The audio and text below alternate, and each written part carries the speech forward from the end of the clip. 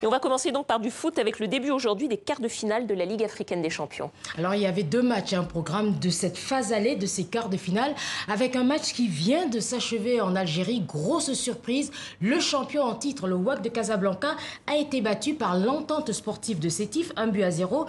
En fin d'après-midi, cet après-midi à Conakry, le Oroya Athlétique croisait le fer avec les Égyptiens du Al Ahly, 8 fois champions d'Afrique. Et sur le terrain, les Guinéens ont tenu en échec ces Égyptiens. Une performance encourageante avant le match retour au Caire dans une semaine. On écoute la réaction des joueurs guinéens.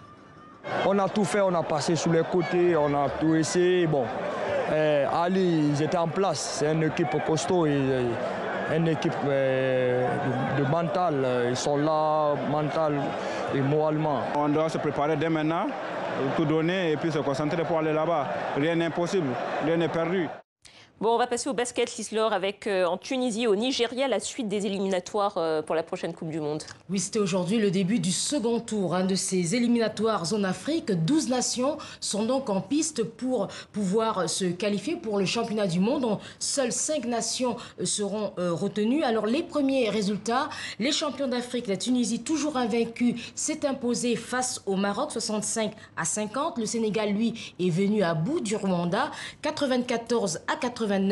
Le Mali se relance dans le groupe F avec sa courte victoire, 66-65 face aux fauves de la République centrafricaine.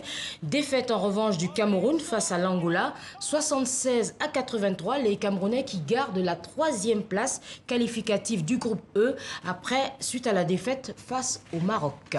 Bon, il y a du beau monde en ce moment à Paris, Lislor, parce que 2 semaines après LeBron James, c'est une autre star de la NBA qui était de passage dans la capitale française. Oui, une autre star, on va dire une superstar. C'est Stephen Curry, le meneur des Golden State Warriors.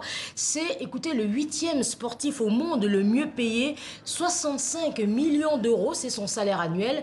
L'Américain était donc dans le 4e arrondissement de Paris. Il a donné devant ses fans et de nombreux basketteurs une leçon de shoot, mais le meneur a tenu à rappeler à ses fans son parcours, un parcours long et difficile. Écoutez-le. J'espère aussi que le message sur le travail acharné que j'ai accompli, le nombre d'entraînements, le temps que j'ai passé sur le terrain a bien été compris. C'est un peu ce que j'ai montré à ces enfants aujourd'hui.